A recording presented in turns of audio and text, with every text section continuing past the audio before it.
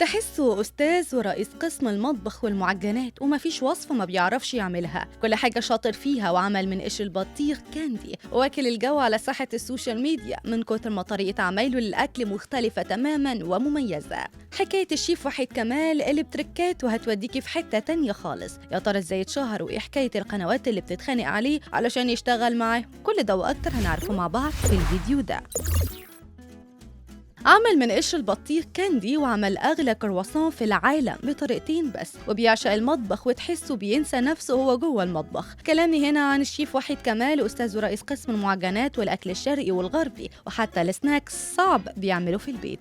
بدايته على السوشيال ميديا وبيعشق المطبخ والأكلات الشرقية، وبيحب يوصل المعلومة لمتابعينه بطريقة سهلة وبسيطة، ما بيحبش التعقيدات خالص في المطبخ. بيتعامل مع متابعينه بوصفاته بالورقة والقلم، يعني بعد ما ينزل الوصفة في فيديو تلاقيه بعدها ننزلها كتابة بالمقادير في بوست لوحده، من كتر اجتهاده واختراعاته اللي ما بتخلصش. كل متابعينه بيستنوا حلقاته وبيجروا وراه في كل قناة بيروحها، ومسمينه بابا المجال من كتر شطارته، واللي يحسسك ان الحاجة الصعبة تقدر تعملها، وشايفينه انه من اشطر الشيفات في المخبوزات والفطاير والكحك والفطيرة البلدي والكرواسون وكل المعجنات سواء المصرية او الغربية. علشان كده برنامجه اسمه الفطاطري. ابسط حاجة زي الكرواسون معروف انه خطواته صعبة قوي ومش اي حد بيعمله، لكن هو رفع شعار مفيش مستحيل، ونزل المقادير بعد حلقته في بوست كاتب فيها المقادير والوصفه بالملي، بحيث يسهل على ست البيت الموضوع ويشجعها انها تعمل وتجرب هي وعيالها التجربه دي. ومش هتصدق انه عمل الكرواسون بطريقتين، واللي هي عباره عن زبده ودقيق وسكر وخميره ولبن، وركز ان الميه تكون ساقعه لان ده بيودي الخميره في حته تانية. والفرق بين الطريقتين انه عمل الطريقه الاولى بحشو الزبده من بره وجوه، لكن الطريقه التانية قال لهم ممكن تشيلوا خطوه الزبده من الحشو من جوه.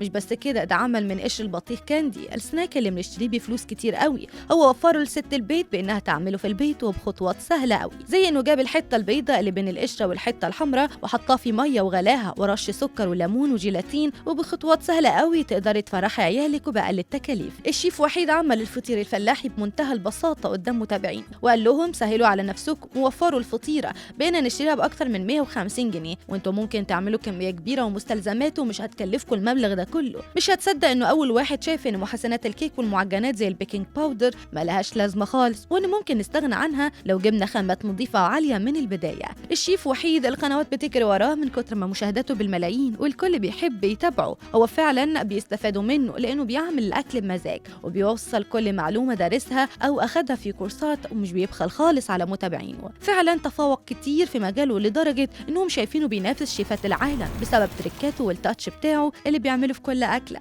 ونصح ستات البيت إنهم ما يسيبوش الكبدة على نار هادية لأنها بتنزل ميتها، وبكده تحسها إن الزفارة باينة في الأكل وبوظتيها. الشيف وحيد كمال قنوات بتجري وراه والإعلانات من كتر شطارته وموهبته اللي ما فيش زيها. اشتغل في برنامج الخبازة على قناة تاستي فود، وربنا وسعها عليه وقدر يحقق حلمه ويبقى شيف على شاشات التلفزيون، وأكيد ده ساعده كتير في إنه يوصل لقطاع كبير من المتابعين والمشاهدين. بعدها اشتغل في برنامج الفطاطري بقناة بانوراما فود. يا ترى بقى جربت اختراعات وتركات الشيف وحيد كمال ولا لسه؟ وهي اكتر حاجة بتجذبكم لوصفاته؟ شاركوني برأيكم في التعليقات.